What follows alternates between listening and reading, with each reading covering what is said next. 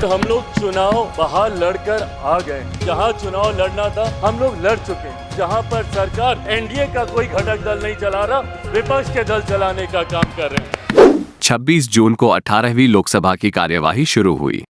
कार्यवाही में सबसे पहले लोकसभा सदन के अध्यक्ष का चुनाव हुआ और आखिरकार एनडीए के उम्मीदवार ओम बिरला एक बार फिर से लोकसभा के अध्यक्ष बने।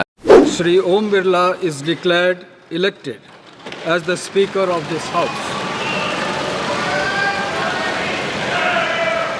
Since the first motion moved by Shri Narendra Modi has been adopted. अध्यक्ष बनने के बाद उन्हें प्रधानमंत्री नरेंद्र मोदी और विपक्ष के नेता राहुल गांधी द्वारा हाथ मिलाकर बधाई दी गई।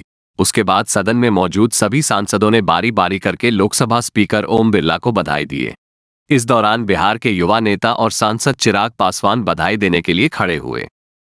उन्होंने एक तरफ तो ओम बिरला को बधाई दी, वहीं दूसरी तरफ अपने कड़े शब्दों से विपक्ष पर हमला भी किया।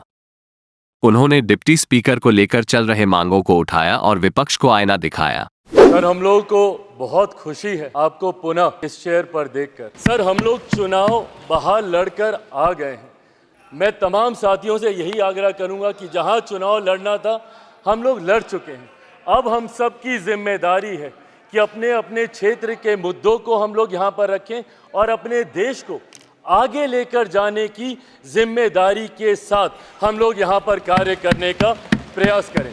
सर, आज सिर्फ आपको बधाई देने के उद्देश्य से हम लोग खड़े हुए हैं, पर हाँ, कई बार जब विपक्ष के द्वारा कई बातें कही जाती हैं, मैं इतना भी मैं ज़रूर आग्रह करूँगा कि जब एक उंगली आप किसी की तरफ उठाते हैं तो बाकी उंगलियाँ आपकी तरफ उठती हैं।